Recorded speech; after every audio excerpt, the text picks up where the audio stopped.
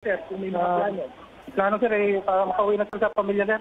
Yun lang naman sir, masaya kami sir ngayon. Kasi tapos na yung gera sir. Ano nyo kami sir yung pamilya? Sobrang miss na sir.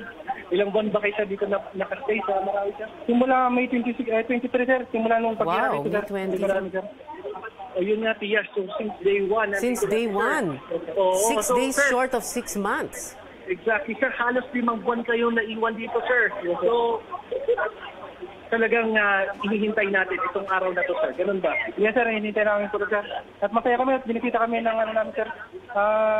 Presidente natin, sir. Alright. George, George, can you ask him, tanong mo na lang siya, no? Kung ano ba yung pakiramdam niya at certain points, iniisip ba niya, ang nasa isip ba niya yung makakalabas ba ako ng buhay dito? Meron bang ganoon? Okay. Sir, may mga pagkakataon ba na naisip mo na kung alam mo yan, syempre yung dangers ng trabaho natin, sir, bilang sundalo at matindi yung naging kalaban natin dito, sir. Minsan ba naisip natin na yung nasa bingit na yung buhay natin, sir, at makakalabas na tayo ng buhay sa Marawi?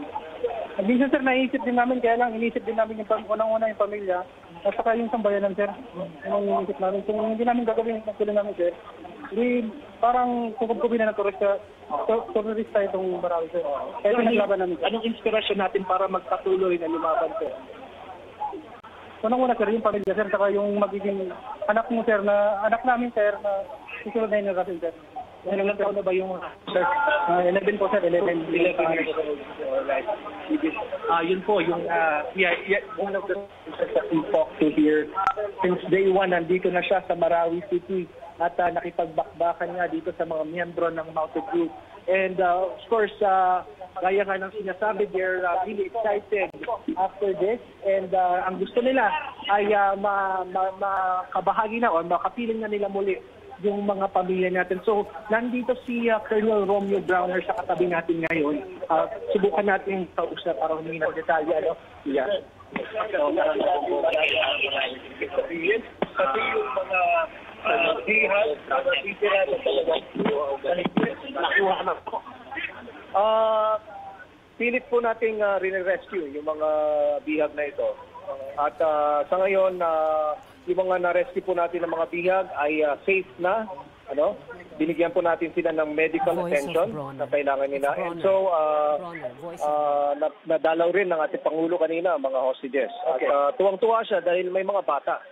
At this is the essence of our operation really, is to save the lives of the hostages and to run after the Maute. Kamustahin ko lang yung mga nasa gitna ngayon na itong mga bihag, Colonel.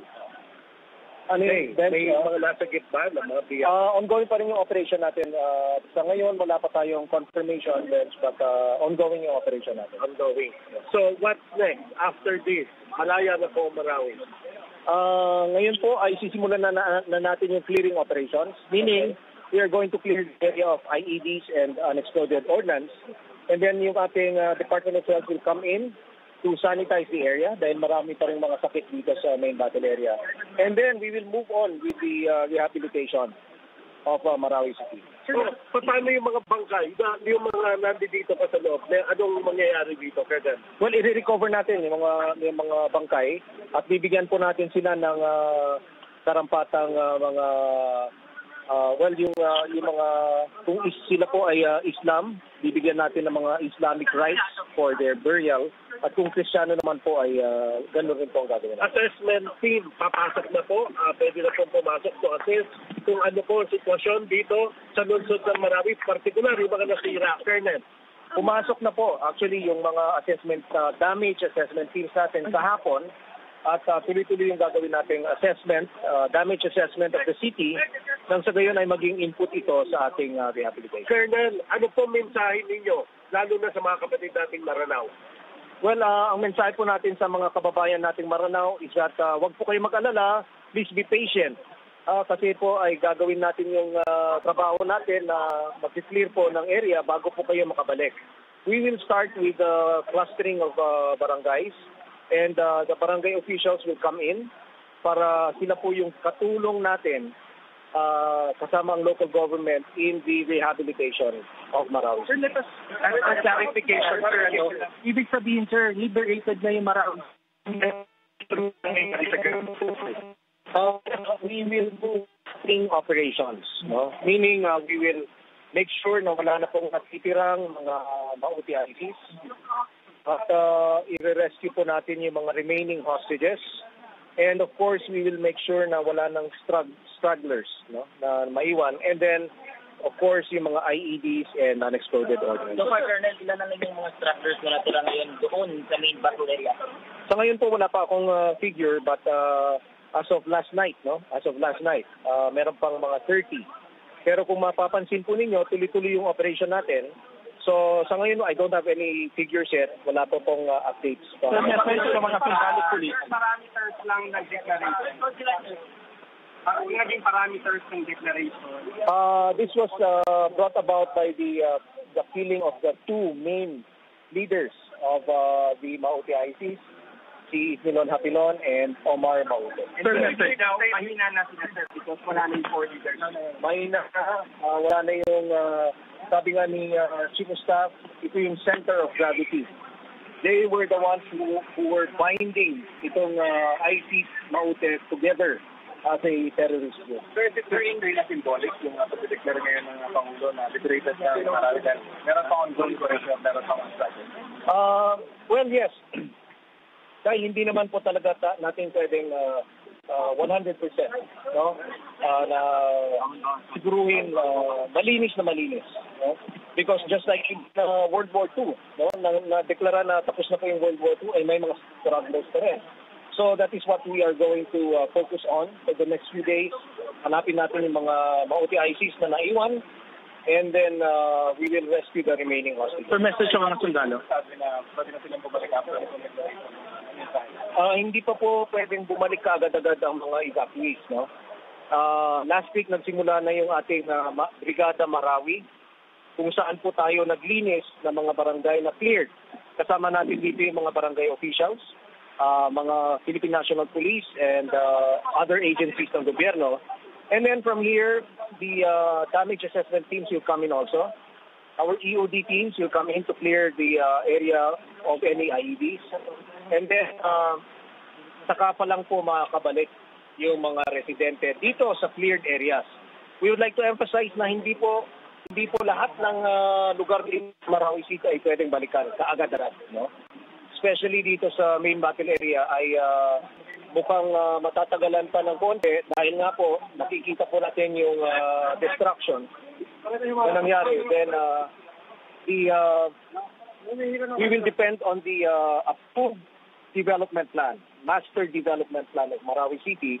But rest assured, yung mga sundalo natin at mga police will remain in Marawi to make sure that Marawi is safe, no, for the residents and safe for those who will come in to help in the rehabilitation. May putok kanina tapos merong tear gas dito sa atin.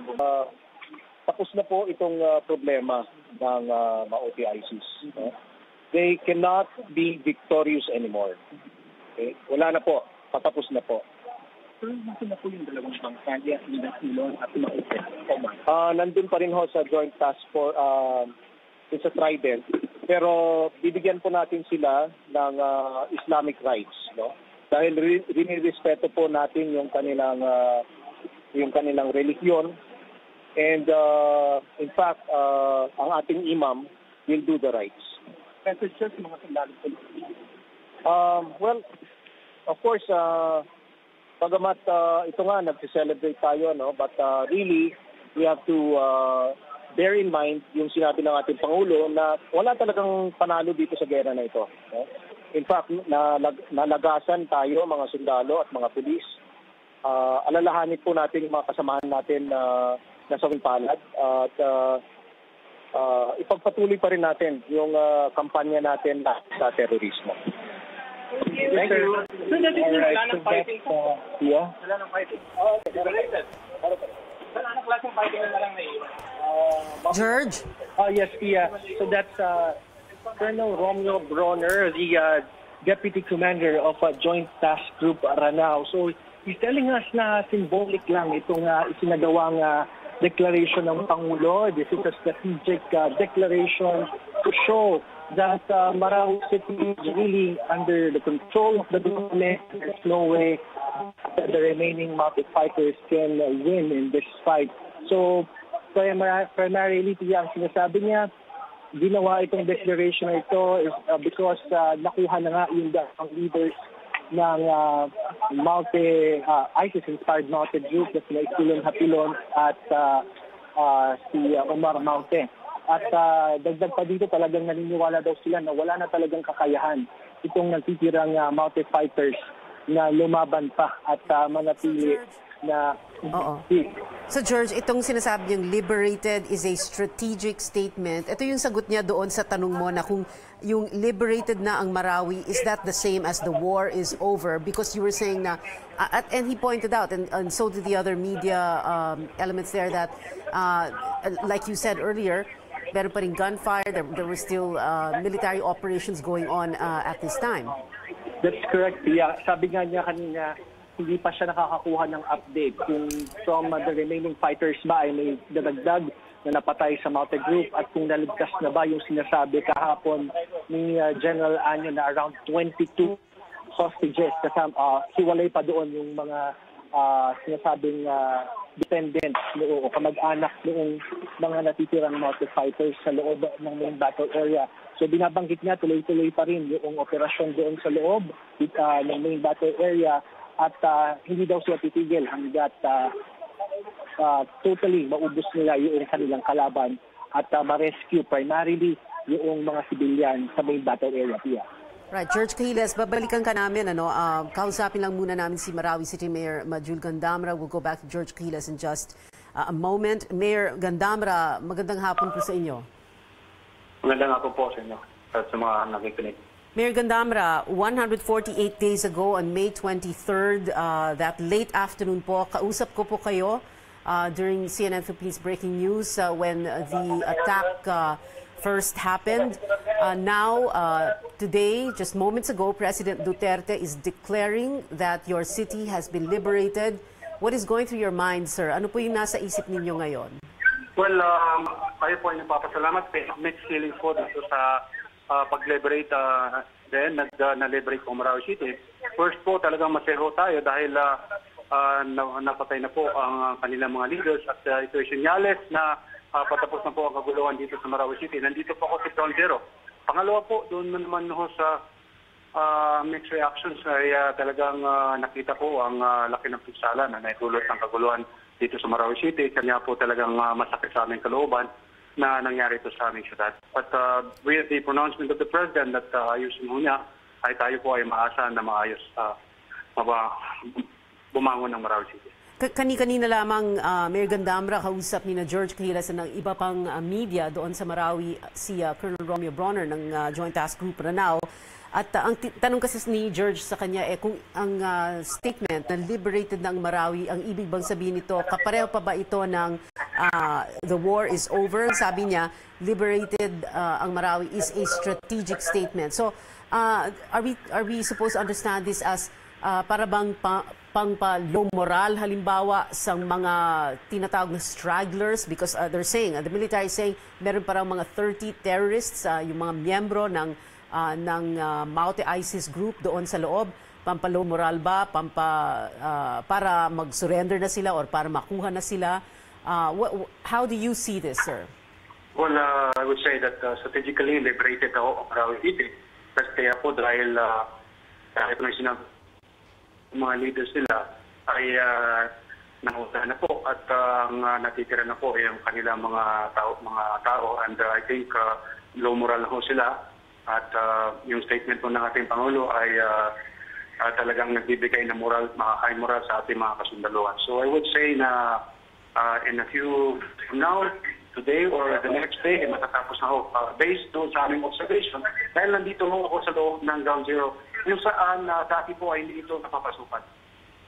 It is your first time, sir, to get to that point. Ano po ba? Sabi po nyo kanina, hindi nyo napapasukan yan and yung Ground Zero mismo. So this is the first time that you were able to enter that area? This is the second time, ma'am. I was referring to the yung maraming tao na nakapasok dito. Okay. Kanina, tinanong din kay Colonel Bronner, sir, itong si, nasaan pa ba or nasaan si Dr. Ahmad Mahmoud, yung Malaysian fighter, yung Malaysian terrorist. At in the last few days, the last few weeks, we've been hearing reports of foreign terrorists, specifically, for example, Indonesian nationals. What is your information, sir, about the presence or location of these people? Well, right now, ma'am, I would concur with the for the pronouncement of the military man.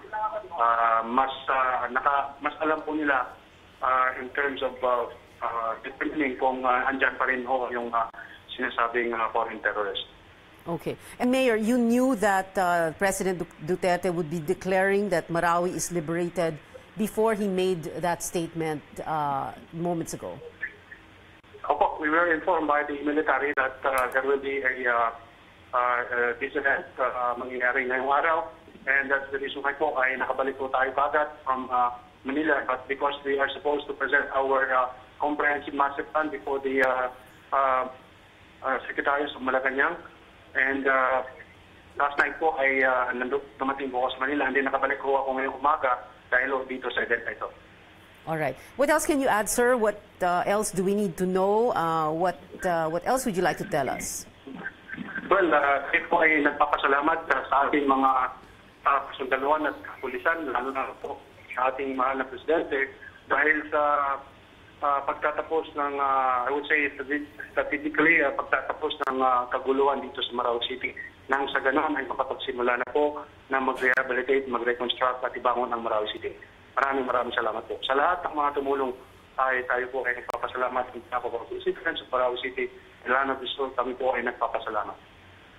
Mayor Majul Gandamra, maraming salamat po. And while you were saying that, habang nagpapasalamat kayo, pinapakita po namin ang mga photographs ng on the day that the ISIS Maute group first attacked Marawi, May 23rd. Photographs and videos. It's almost surreal, if I must say, because it's been close to 6 days short of 5 months since this happened, and it took almost 5 months for this city to be declared liberated. Thank you very much, Mayor Majul Gandamra of the city of Marawi. Salamat po, sir. We're going to take a short break. CNN Philippines will be right back. Stay with us.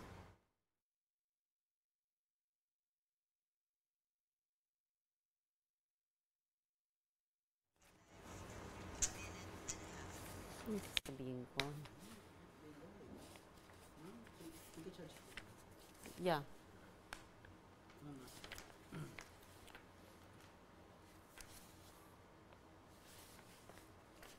Oh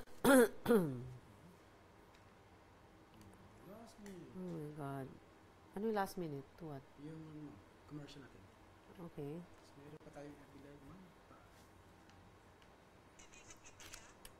Sorry? Okay. Now na. Now na. Hindi nyo ako kinukyo. Okay.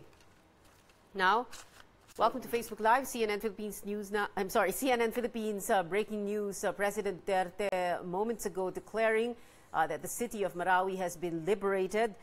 This comes just about 24 hours or more since the... I'm sorry?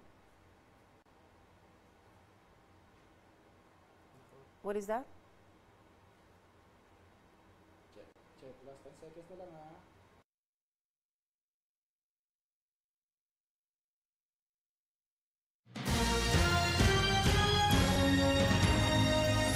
Able to do it this morning. They were able to get Hapilon Isnilon and Omar Maute. They were both killed. In fact, their faces have already been splashed in the internet and in the website. Plus, they were able to recover 17 hostages.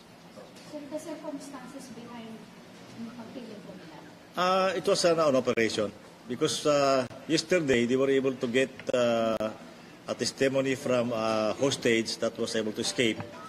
And she, kasi babae siya, she was able to confirm the presence of Isnilon and Maute in that particular building. So that's the building that they assaulted this morning, early this morning. Sir, confirm na po nakatay yun. Yeah, confirmed na sila. They are confirmed dead. Pero ongoing pa po ba? There is still another personality that they are trying to get, si Dr. Mahmoud, the Malaysian. He, according to some reports, he's still hiding in some of one of the buildings there, and that's what they're trying to do now.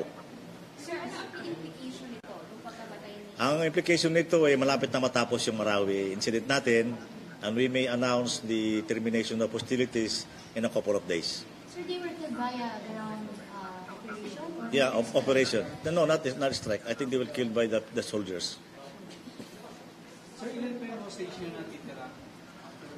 17 kung mga marami pa, siguro mga more than almost 20 pa yan.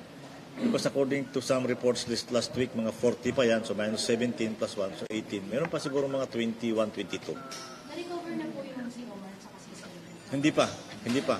They are still not confirmed killed or where thereabouts. But they are being hunted by our troops. Sir, so pilay na yung ISIS dito sa Southeast Asia sa pagkakataon? That will help eradicate them once and for all. Meron pa silang mga cells dyan. We believe that they still have cells in Basilan, Sulu, also in Central Mindanao. But we will also get them if we...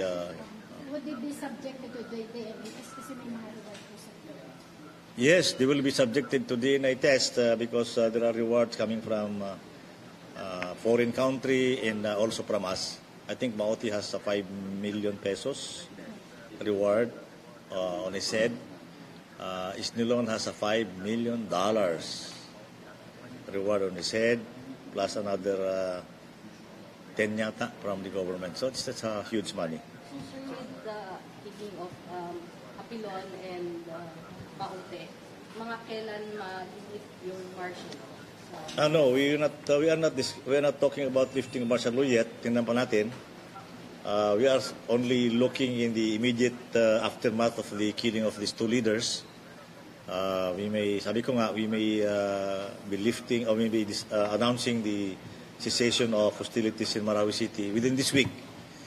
And then after that, we'll find out, we'll assess what the entire Mindanao if there is a need to recommend to the President the lifting of martial law. Yung kanina, sir, may ibang patay na Maute during today's encounter? Meron, pero hindi na nila sinabi kung sino-sino at saka number. They just concentrated on these two high-value targets. Okay, one last question. Sir, yung pagkamatay ni Isnilon, alam natin na meron siyang mga tauhan sa other parts of Mindanao, Abu Sayyaf. Paano po yung magiging preparation natin in case na magkaroon ng retaliation? We are prepared. Our troops are prepared. Alam naman natin na it is the modus operandi of the enemy to create diversion dito, diversion dyan, retaliation dito. So our troops are prepared. Oh, sige, last word siya. Word from the Secretary to put you sa kumakaharap na transport strike ngayon is part of a destabilization. Galing po ba sa Department of Defense? I cannot talk about that, yung risk strikes ngayon. Ano? I do not know the hindi ko masyado alam yung details ito eh. So I cannot talk about it. Well, that was Defense Secretary Delfin Lorenzana speaking yesterday about two and a half hours after CNN Philippines broke the news about the killing of Omar Maute, one of the Maute brothers of the Maute terrorist group, and Isnilon Hapilon, self-declared the emir of ISIS here in the Philippines, who were both killed yesterday in the early morning hours yesterday of October 16, Monday in Marawi City, just as they were trying to move from house to house with several hostages and their fighters in tow. Secretary Lorenzana confirming that even the photographs that had already been shown on the internet and on television were authentic and real. That both Maute and Isnilon Hapilon had been killed in those early morning hours of Monday, October 16. Lorenzana also talking about a possible announcement of a termination of hostilities in a few days. He also spoke about a possible recommendation for lifting of martial law but that will depend on what kind of a result of studies that they're going to be doing in the next few days. Now, just 2-3 hours after that press conference here in Manila, Secretary Lorenzana joined Chief of Staff General Eduardo Año in Marawi, in Campo Ranao, the headquarters of the 103rd Army Brigade, where they did make that announcement again. And after that, you're seeing video right now, footage of that visit to the main battle area where Maute and Hapilon's bodies were kept. They viewed the bodies and inspected the area where the encounter happened. We have on the line right now Lanao del Sur Crisis Management Committee spokesperson Zia Alonto Adyong. Good afternoon, sir. Thank you very much for joining us. Thank you po, Ma'am Pia. Good afternoon. Yeah, sir, can you tell us what you feel? Now, this is October 17. This is just 6 days short of 5 months since May 23rd, when the ISIS Maute group first attacked Marawi City. What are your thoughts right now? Well, the president just declared that Marawi City is liberated, although we are still experiencing resistance from some parts of the MBA. But according to the military, these are stragglers. You know, these are the remaining fighters of the Maute who are trying to, do everything to hold on to their defensive positions. But we receive assurance from the military that maybe just today, they will completely neutralize these enemies, still holding some areas in the MBA. Yeah, just a while ago, Colonel Bronner was telling George Cahiles that liberated na nga ang Marawi, although it is a strategic statement. And I was asking, does this mean that, kumbaga, in a way, pampalo moral doon sa mga tinatawag nilang stragglers? There are about 30 of them. Yesterday, they said there were 30. So it's really just, kumbaga, the last dying gasps of this group there, at least there in Marawi? I'm sorry, Ma'am Pia. I can't hear you really. Oh, I see. Sorry, what's going on behind you in the background, sir? Yeah, we're having the Secretary Lorenzana and the CSAP, General Año is meeting with the local leaders, community leaders, religious leaders, and sultanates, and as well as the CSOs. Because we're trying to get the sentiment from the ground, and we're trying to really unite all the stakeholders to come up with this united stand in making sure that violent extremism will no longer be present here in Marawi City. We will coordinate with the military. We'll partner with the military in trying to really have a broader and bigger approach in trying to deal with violent extremism. So that is the very this is actually the very reason why Secretary Lorenzana and the CSAP is meeting with the community leaders right now here. Okay. So parang looking forward already. And this is something that Secretary Lorenzana and General Año talked about na hindi na papayagan ang ganitong situation in Marawi or in any other part of Mindanao, or for that matter, any part of the country, that terrorism will not be allowed to flourish. Yes. Well, the stakeholders would like to extend their congratulations to the military, and as well as they also want to extend, the gratitude to the military for really, doing everything they can to liberate Marawi City. We're trying to mobilize all the sectors and coming up with a solid stand, a stand to denounce violent extremism and to denounce terrorism, which actually brought Marawi to a very low moral condition right now. Economically, pati nga po yung Ma'am Pia talagang it's really hard to explain once you're inside the NBA. So we're trying to mobilize all the sectors. All right. Well, while you were speaking, we're still showing video right now. We're showing footage from a drone. This was sometime in June of inside the NBA, the main battle area. Sir Adyong, Mr. Adyong, can you tell us more about dahil meron pang balita tungkol sa Malaysian national, si Dr. Ahmad Mahmoud, at meron din mga balita tungkol sa umano'y mga foreign fighters, including about 8 or 10 Indonesian nationals. Is there any information as to where they are? Are they still in Marawi? Nakalabas na ba sila? Nasaan sila? Dahil Ms. Adjo, hindi ba like you were saying, mahalaga kasi yung may buy-in, no? Buy-in ng mga stakeholders, all the people, residents of Marawi. And it's interesting, your candor is very refreshing when you talk about how these so-called problems, kumbaga, well, you use two terms, pop up and the elephant in the room. Dahil matagal na ito, pero dahil nga sa nangyaring gulo sa Marawi, dahil sa this attack on Marawi by the ISIS Maute group, biglang lumitaw ito, naging public knowledge. So there are so many things aside from this that need to be fixed in Marawi para pag na-rebuild po ang Marawi, hindi ito yung dati. Correct, sir? Yes, that is correct, Ma'am Pia.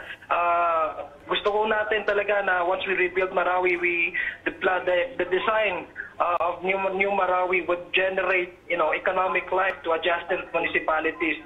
Because based on our experience in the Marawi siege, although the Maute and the members of the ASG attacked only a portion of Marawi City, only 14 barangays, but the impact of the crisis is all over. It paralyzes the entire province. So we need to make a plan that would not only focus on the aesthetic or the physical reconstruction of Marawi City, but as well as it would generate, economic life to other adjacent areas. So whenever there's a calamity that might strike Marawi again, it will not entirely paralyze the whole province. Mr. Adjong, ano po ba yung ibang, kumbaga, using your words, no? The other elephants in the room, apart from land titles or land that has no titles and owners who claim them based on tax declarations. Bukod sa ganoon, ano po ba yung kailangan ayusin sa Marawi? I think we also need to ensure the ownership of the people over the lake and the resources that is coming out from the lake. Remember, the Lake Lanao is the major source of electric power in the entire Mindanao. So right now we still do not know what is the actual share of the province and in the city, and even down to the barangay level. We need to make sure that revenue from the Lake Lanao generated from the Agus River electric plants should be insured and making sure that the people who really inhabit the land will have a fair share in its revenue. We were talking about federalism that is now being deliberated in both houses of Congress. So I think we also make sure that the people, because when you talk about federalism, we have to generate local income. There won't be any support from the national government. It's going to be the local government who will really support their own community.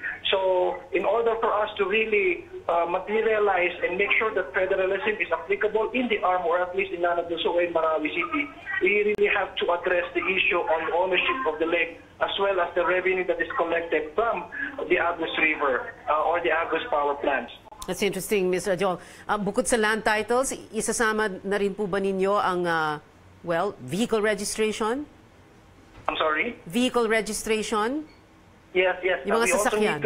We also need to, we already recovered a number of vehicles from the controlled and even from the areas that have already been recovered by our government troops. And we stockpile them in an area for the owners to really, for the owners to claim these vehicles. And they only need to provide proof of ownership. So the LTO, the provincial government, and the city government, as well as the Joint Task Force Marawi, have already coordinated insofar as turning these vehicles over to the rightful owners. They only need to at least provide the proof of ownership. Again, it is a matter of Daranaos not really attracted to invest their money in commercial banks. So one of the things that we are trying to propose to the national government is to institutionalize reform. Number one, there has to be an Islamic Sharia compliant banking system for the people in Marawi and elsewhere in ARMM to be more attracted to invest their capital or their money in the banks, and that would facilitate for them owning houses and to also acquire loans, housing loans, or even, vehicle, car loans. So that's one of the problems that we actually observe that there are some of the vehicles, although owned by owned by a certain individual, but the right owner, the rightful owner, or the one who is paying the bank is actually a different person. So this is one of the issues, Pia, that needs to be tackled and needs to be addressed. And the only way we can really fully address these problems is through institutionalizing reform. And maybe our congressmen or senators can probably study this and then find the necessary measures or legislation to correct this kind of problem. Well, the people of Marawi and Mindanao can do that also. Can contribute, like you say, be stakeholders. Interesting that you bring up the banks, because I remember day one or the first few days of the crisis, nung nabalitaan na commandeer yung isang armored car ng isang bangko. So nagtatanong kami, anong bangko yon? Land Bank. Land Bank lang ata ang nandoon, hindi po ba? So there are no other commercial banks, like as you were saying. Land Bank of the Philippines. There are three banks. There are three banks in the NBA. Lamang Bank, the Philippine National Bank, and the Land Bank of the Philippines. Marawi City is very aggressive in terms of trading and economic activities. But you see, Marawi City is underbanked. We don't have commercial banks in Lanao del Sur and even Marawi City. Actually, the entire ARMM is underbanked. So I think we need to really activate economic life, but putting up commercial banks. But the problem is, the people really are not attracted to excessive profits or the commercial interest of commercial banks. So we can actually motivate them in putting up their money, in investing their money to our financial system. Once we have an institutional reform, we need to say introduce a Sharia compliant or Islamic banking financing system. Probably even within ARM only, because that would in any way strengthen our notion to place federal setup in the Philippines, or in the ARM, at least. Well, Mr. Adyong, this is a very interesting conversation with you. We're not just talking about rebuilding back to the old Marawi, but we're talking about rebuilding and moving forward.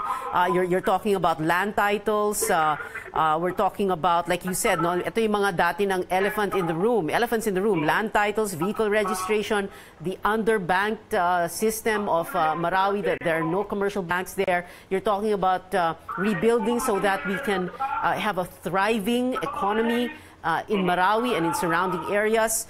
This is something that, like you said, you're trying to get, because that's where you are right now. Secretary Lorenzana, Jan Anyo, and the local leaders, you're all trying to bring everyone together so that everyone feels like a stakeholder, so that everyone works towards reform, like you say, and everyone can contribute to this. Yes.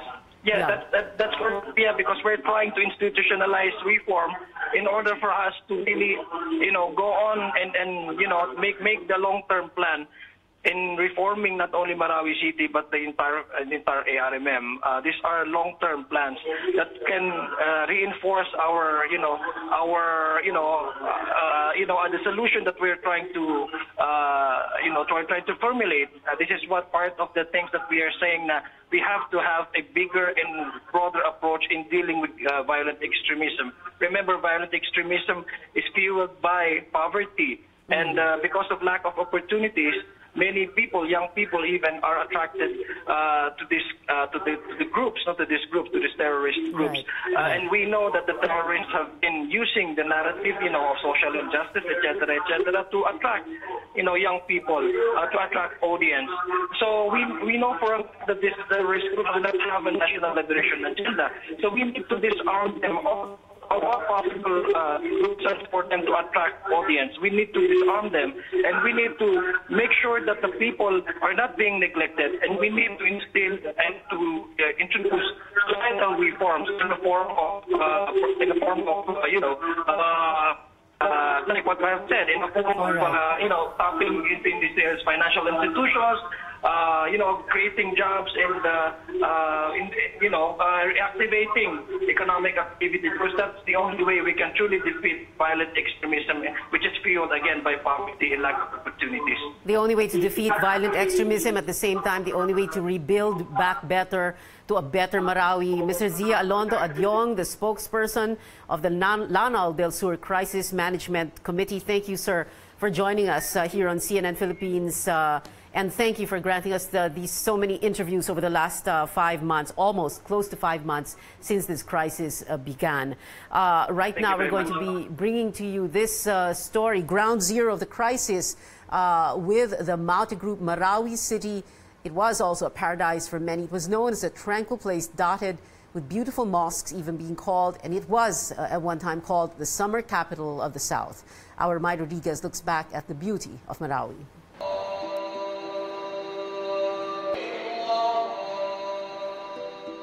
Welcome to Marawi, the heart of Islam in the province of Lanao del Sur, surrounded by nature's gift, Lake Lanao, that legend says was created by angels.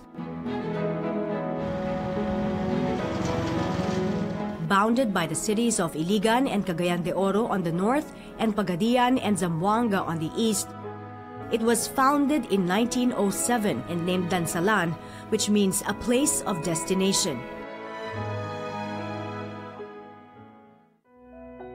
A fourth-class city with 96 barangays, it has the largest population among all cities and towns in the autonomous region in Muslim Mindanao, with 200,000 people, over 90% of whom are Muslim. The people of Marawi are called Maranaos. They are traditionally fishermen and farmers, but through the years, they've become businessmen, educators, and traders. Marawi is the center of livelihood, of finance, the banking, and education of all Maranao living in Lanao del Sur, around 41 municipalities. It's the heart and the brain of Lanao del Sur, Marawi City. And not only that, all Maranaos, more than around 1 million Maranaos living outside Marawi City, has a relative family in Marawi City. That's how important. Marawi is also called the summer capital of the South because of its cool climate. Some of the most beautiful mosques are located there, including the King Faisal Mosque. This is located inside the Mindanao State University, the largest and the flagship campus of the MSU system, known for its Islamic activism. So it is the Marawi City that gives life, is the backbone, you can say the backbone of the Maranao in terms of education and finance. It's the last refuge for all Maranao, and now it's under, I don't know, military control, we can say, because of the martial law. We do not know what's going to happen next. Marawi, a city in crisis.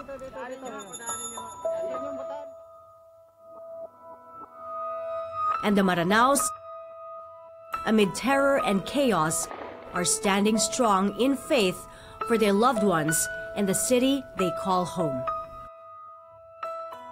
Maite Rodriguez, CNN Philippines.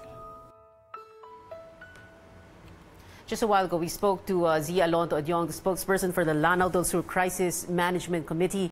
Mr. Adyong has been spokesman for that committee, facing the media almost every day since day one. Day one, of course, is 148 days ago, May 23rd, 2017, when the ISIS-inspired Maute Group, led by the Maute brothers Abdullah and Omar, who have since been killed. Omar was killed yesterday morning alongside Isnilon Hapilon, who is the emir, so-called emir of ISIS here in the Philippines. Isnilon Hapilon, of course, one of the Abu Sayyaf leaders. His group and the Maute brothers nagsanib ng puwersa para sumalakay sa city, sa Marawi City noong May 23rd, 2017. We were also on that same day speaking to Mayor Majul Gandamran. We spoke to him again. We were asking him what it felt like from May 23 until today, when President Duterte declared that the city of Marawi had been liberated. A while ago also, George Cahiles had been speaking to Colonel Romeo Bronner, who is the Deputy Commander of Task Group Ranao. Ranao, of course, is Campo Ranao, the headquarters of the Army's 103rd Brigade. That is in Marawi City. Colonel Bronner saying liberated is a strategic statement that is meant to send a message to one and all that the Philippines will not allow terrorism, and not just in Marawi, not just in Mindanao, but in the entire country.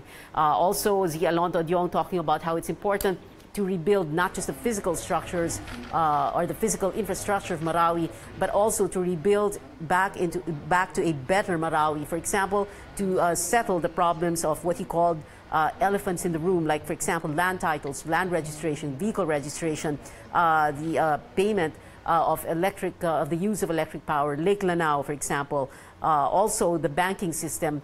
He said no commercial banks there. Everybody remembers what it was like in the first few days after day one when news broke that the rebels had taken or commandeered an armored truck of Land Bank of the Philippines. Many of us asking here, like, when we didn't know yet that if it was a land bank, nagtatanong kami, anong bangko yun, ano?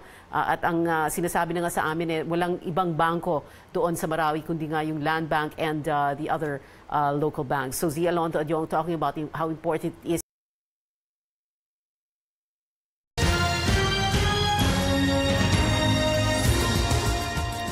This is breaking news on CNN Philippines. President Duterte declaring moments ago the liberation of Marawi, a day after ISIS-inspired leaders Isnilon Hapilon and Omar Maute were killed in the early morning hours of Monday, October 16. President went to Marawi today to support or to show his support for the soldiers, for the troops who continue to fight the remaining terrorists in the city. President also vowed to rebuild Marawi. Joint Task Force Deputy Commander Colonel Romeo Bronner says residents will be allowed to return to their homes as soon as everything has been cleared. Huwag po kayo mag-alala, please be patient. Kasi po ay gagawin natin yung trabaho natin na mag-clear po ng area bago po kayo makabalik. We will start with the clustering of barangays, and the barangay officials will come in para sila po yung katulong natin kasama ang local government in the rehabilitation of Marawi. Let's speak now to our senior correspondent, Ina Andalong, who is in Camarines Sur. Ina has been covering President Duterte even during the campaign days and until now that he's president. Ina is in Camarines Sur. Ina, you're there because the president was supposed to go there today. Tas medyo, kumbaga, naligaw lang, napunta ng sandali, no, sa Marawi City. Ina? That's right, Piano. And clearly, that's a sign or indication talaga on how important this liberation is for the president. As we know, it's been 5 months since he declared martial law in Mindanao to deal with a problem in Marawi. He's been criticized for his martial law declaration, which he firmly believes is what's needed to solve the problem in Marawi. Now, he sees the siege in Marawi, Pia, not just as a problem of terrorism, but also as a situation which basically reflects how the illegal drug problem in Marawi. And of course, because of that declaration, troops were sent to Marawi, and of course, many of them killed because of the operations there. Yeah. Ina, remember in the last few visits of the president sa Marawi, minsan nagdadala siya ng mga regalo sa mga sundalo, sa mga tropa doon, hindi ba? Kunyari, mamimigay siya ng relo ba yun? Or tapos mga bags of groceries. He really likes to do this, no? Yeah, hindi lang yun, pangpataas ng moral, kumbaga, doon sa mga sundalo. And he doesn't just do it in Marawi. He often talks about this in his speeches. Sinisiguro niya, no, na kahit anong mangyari sa mga sundalo na ito, if they do leave their children behind, yung mga asawa nila, hindi nagtatapos ang tulong ng administrasyon. He would always talk about having a scholarship fund for the children of slain soldiers, and also would talk about a pension fund that may be tapped by the families of soldiers in the future. That, of course, if this fund, the 50 billion pesos at least yan, ang he's currently working on and find a sourcing for. Yeah? Right. Ina Andalong reporting from Camarines Sur, like we said, because that was where the president was originally scheduled to go. And like we said, he's ended up in Marawi City. He was supposed to be there yesterday, but as Secretary Delfin Lorenzana of the Defense Department and Chief of Staff General Eduardo Anyo had said, they, upon the advice of ground commanders in Marawi, prevailed upon the president to not push through with his trip yesterday. And that was because there was that early morning operation that resulted in the killing of Omar Maute and Isnilon Hapilon. And of course, that was a big victory, like the AFP said, for them, and that is because a day later, 24 hours later, President just about an hour or so ago declaring the liberation of Marawi. We're going to read now all these messages that are coming in on social media because news of the liberation of Marawi is now trending. Many rejoicing about this development. On Twitter, this netizen says, quote, "So many lives gone. Thank God the war is over. God bless Marawi City." Twitter user at SuperJointProRights, "Mabuhay ang sandatahang lakas ng Pilipinas. Maraming salamat po sa sakripisyo ninyo upang masugpo ang mga salot na terorista sa Marawi City." This one tweets, "Thanks at natapos din ang kaguluhan sa Marawi City." And this one even had goosebumps saying, "God bless Marawi City. Sobrang saya ko. Sana magtuloy-tuloy na ito." We also have a few other messages that came in from social media. At Galvs saying, "This is an emotional day for the Philippines. Finally, Marawi City is now at peace. Thank you, President Duterte, for the brave leadership." Ludic Gion saying, "I'm so proud about how the soldiers who fought in Marawi City can still smile despite all the losses. You all did great. I salute you." At Dre Wolf, "That feeling of liberation when you see news about Marawi City. Thank heavens for this news." At I'm sorry, I can't read this. Ang spelling BAEKMYEOWNS. "Kudos sa ating mga magigiting na sundalo na sumabak sa gyera para sa Marawi City. Mabuhay." John Henry Miranda, "Big win for us Filipinos. People from Marawi, we will help you rebuild as much as we can. Let the international community see that we can handle our internal affairs on our own time." Sanji Paul Manalang Yambao saying, "It's time to go after Abu Sayyaf and BIFF and then the NPA." BIF, of course, the Bangsamoro Islamic Freedom Fighters, and the NPA, the Communist Rebels New People's Army. Marawi City right now is the 9th trending topic on Twitter worldwide. You can check your Twitter feeds right now. Let's listen to a portion of President Duterte's speech in Marawi earlier, declaring the city's liberation. Kung sino yang silang putang kayo yung magnanakaw nung panahon ng isang gobyerno, kayo pa ang may muka nagsasabihin na kami dyan ang mag-isang taon na wala akong pinirmahan dyan wala akong pinipirmahan ni allowance, ni meal allowance. Ang pinipirmahan ko, sweldo ko lang. Sabi ko nga sa kanila, tanggalin ninyo ako sa post. Pwede mo nang tignan yung mga intelligence. Sila payagan ko. Pero sabihin, maghingi kayo ng mga Weber. Ang Weber ko noon pa before the election. Sabi ko, pag ako yung sinungaling, patayin din ako. Pero kayo, sumusobra ang Pilipino is choking sa ulo. Ang gobyerno may program, pinakahiram kayo ng pera. Ayan, bayaran ninyo dahan-dahan lang. Kung hindi ninyo kaya ng monthly installment, di piso kada araw. But change your machines, equipments, because they are killing the people dyan sa carbon dioxide na yan. Yang sa jeep na para kayo na ang traffic, higop lahat ng Pilipino yan. Ang problema nito, pagka nakasakit, wala masyadong pera, wala yung patay. Pag sinabi bata, "O ma'am, ang cancer mo, second, third stage," wala nang pambayad ng hospital. Tapos ayaw ninyo magbago. Gusto talaga ninyong patayin ng Pilipino. Ngayon, sige, patigasan tayo. Gusto ninyo patigasan? You do it now. Implement now, because next year, pag may makita ako dyan, hihilain kita. Bahala na tayo mag-away ng puso. Bahala na tayo mag-ulo dito sa Pilipinas. Gawain ko kung ano yung tama. Ano yung kailangan para sa tao.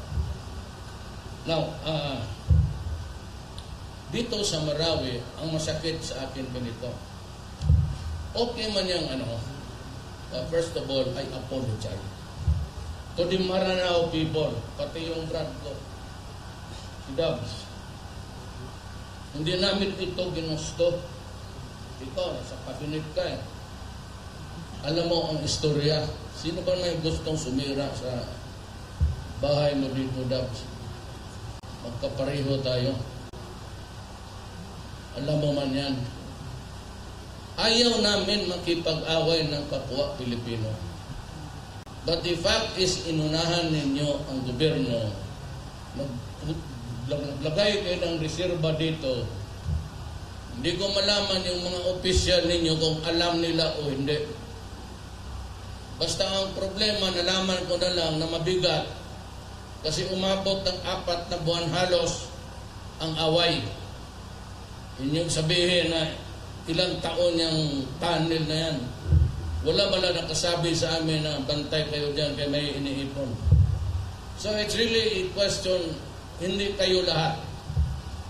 Ang tanong ko dito, Dabs, is bakit hindi ito dumating sa iyo pati sa akin?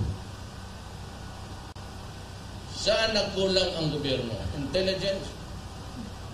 Pag isa, dalawa pumasok dito noong Marawi, taga rito ako, alam ko. Pagpasok ka dito, military dito, hindi ka makalabas. Mag-intel-intel ka dyan, kung mahalata ka, hindi ka na makalabas. Yan ang totoo dyan. So, yan ang paghinakit ko. Hindi namin ito gusto. Ginusto to ng mga Maranao, ng mga Maute at sinakyan ng ISIS. Hindi amin to. Hindi ito sa gobyerno. Tandaan ninyo. Baka ganun lang, nasira na rin. Babalik kami dito, mga sibilyan. Wag ho ninyong galawin because they will rebuild Marawi. Unahin ko yung mga pamilya na manghihirap. Yung mga Maranao, nagkaroon ng pera at yung mga opisyal na nagkaroon ng pera sa Siabo, kung saan ninyo tinago yan, ilabas ninyo, yun ang gawain ninyo. Paayos ninyo yung sarili ninyong building. Hindi ako tutulong kung lalo na sa listahan ka na drug addict. Mas mabuti patuloy, umalis ka na dito. Hindi, ang pangako ko kay Allah, hindi na ito mauwi. I will never again papayag ako na mag-ipon ng armas tapos gawain ng hindi na mangyayari. Government must have access to all. Paglagay ako ng kampo, either we live together in peace, pakisama kayo sa Pilipino, o gira tayo. Wala problema, marami akong sundalo. Marami kaming bala. Yan ang gusto ninyo, sige. Pero there will be some teams headed by General De Rosario. Dati itong na-assign sa Davao sa task force. Kilala ko siya. Siya ang sinabi ko na bahala na siya. Ngayon, inabot naman tayo ng ulan, okay na sana yon. Ito na lang deklarasyon. Tumabi na muna, huwag kayong pabasa dyan. Tapos na yun. Ang declaration ko of liberation of Marawi. Ladies and gentlemen, I hereby declare Marawi City liberated from the terrorist influence that marks the beginning of rehabilitation of the city.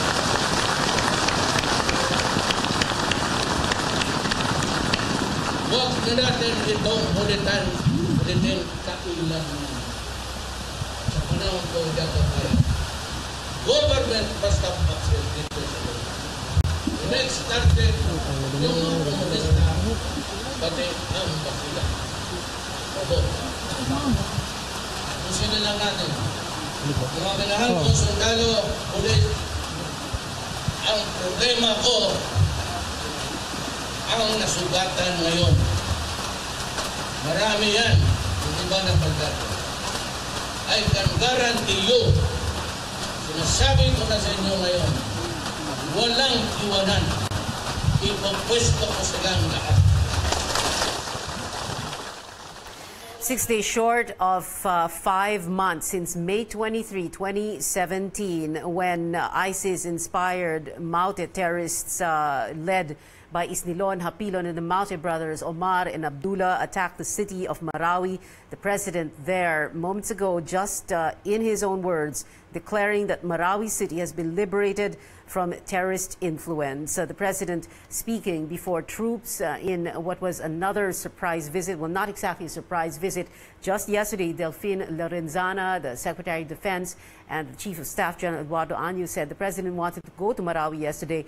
It's just that he was prevailed upon by them, based on the advice of ground commanders, not to go yesterday because they were going to launch that operation that would eventually get Maute, Omar Maute and Isnilon Hapilon. Since day one, since May 23rd, 162 soldiers and policemen have sacrificed their lives in this battle for the city of Marawi. 47 civilians have been killed and over 800 terrorists died in that city in Marawi. Right now, clearing operations still ongoing. The military saying that there are about 30, what they call stragglers now, 30 fighters of the ISIS-inspired Maute group. We also spoke to Mayor Majul Gandamra of the city of Marawi. He talked about how he felt that his city had since been liberated. Again, this is just 6 days short of 5 months since May 23, 2017, when that attack happened. President Duterte, about an hour or so ago, declaring that the city of Marawi had been liberated. We're going to go now to a break for a short moment. CNN Philippines will be back.